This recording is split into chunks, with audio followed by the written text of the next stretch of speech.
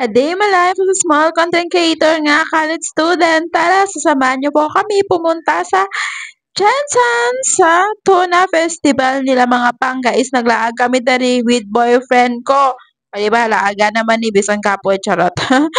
Tapos pag-abot naman na yung mga panggais, nagsulod-sulod kami sa mga shoes, ay maglantaw kami dari kung may magbahal kami. Tapos ang migo ko mga pangga, ang sulod naman siya sa mga ukay, is ukay lover, man gud siya mga pangga, di ba? Tapos amo lang na mga pangga, gilakat naman dahil sa Jensen mga pangga. Tapos toto labi sini mga pangga is nag-una kami di sa mall sa SM. Tapos naglakad kami dari sa Oval ata dari, oh. Tapos naglanta ko dari sa mga hayop nila mga pangga. So cute-cute ang mga rabbit. O, di ba? Doon namin sila kumuton. O, di ba? Kumuton agad, ha?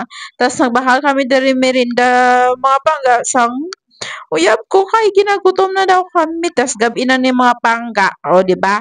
Amo ni content ko. Thank you for watching. Bye-bye. Love you everyone.